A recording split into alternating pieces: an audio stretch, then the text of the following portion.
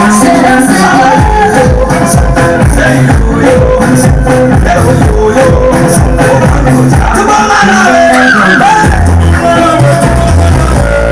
is moving with the four sectors.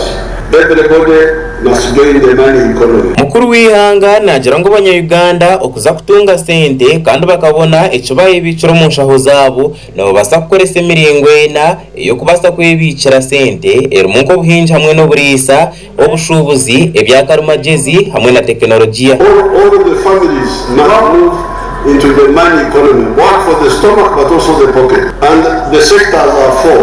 Sector 1, agriculture. Marapena ifuri gekwa. Sector 2, industries like these ones here. Marapena kibo factory. Kana le government factory.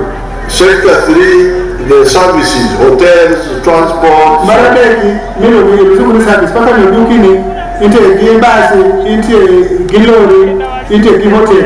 And then ICT. Mukuru w'ihanga nayongera ashobora kugira ngo abantu namunonga abo abari kutura mbyaro ecyakubasa kubaretera entasiya yaho naho no kwejumbira mu byo buhinji no burisa kandi ubwo bari kubiteka mu necubaro. But for our people in the rural areas, the easiest area they can go into is agriculture. Mukuru w'ihanga hona yonjire yahabura abaturage okurwa mu rutororo okorekeraho kwinga bihingwa ebitari kubasa okurakusya kubaretera entasiya ebirumunke bicori pamba hamwe n'ebindi kandi utiriho kugira ngo ebi bani byetagita karhango munonga waza kubihinga. Mukuru w'ihanga rya Uganda ayongere asimo bashubuzi abatororo Cement Limited ahubwo kugira ngo abantu barete by'ubushubuzo mu ihanga ebero kuri yamba okubasa kutunga imishoro kandi yayongera yagira ngo abatu bakozere chonka kureka bakozere ibintu by'amana munonga okubasa kubanjiraho ebyange bari kuturamo ebero munko kombeka amashomero hamwe na maramizo. Your Excellency, this very church and school was the school where Miss Odo Chwale studied. Was the school, and you know Odo Chwale very much.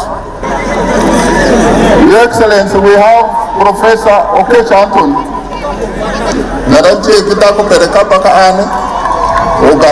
President Museveni wona yonjire yaraganisa kunaija kugaruka omucyange cya Bukedi sub-region okubasa kuba natunga ikiganiro cy'amana munonga hamwe n'abaturage akuba kubasa kwejumbira omunkore ya wealth creation. Foreign Minister ahabwa defense Honorable Jacob Oboth ogu asimire President Museveni hamwe na Mama Janet Kataha Museveni First Lady ahubwo yebeka ngo bahurira kushaba kwabo kandi bahikaha mukorogo.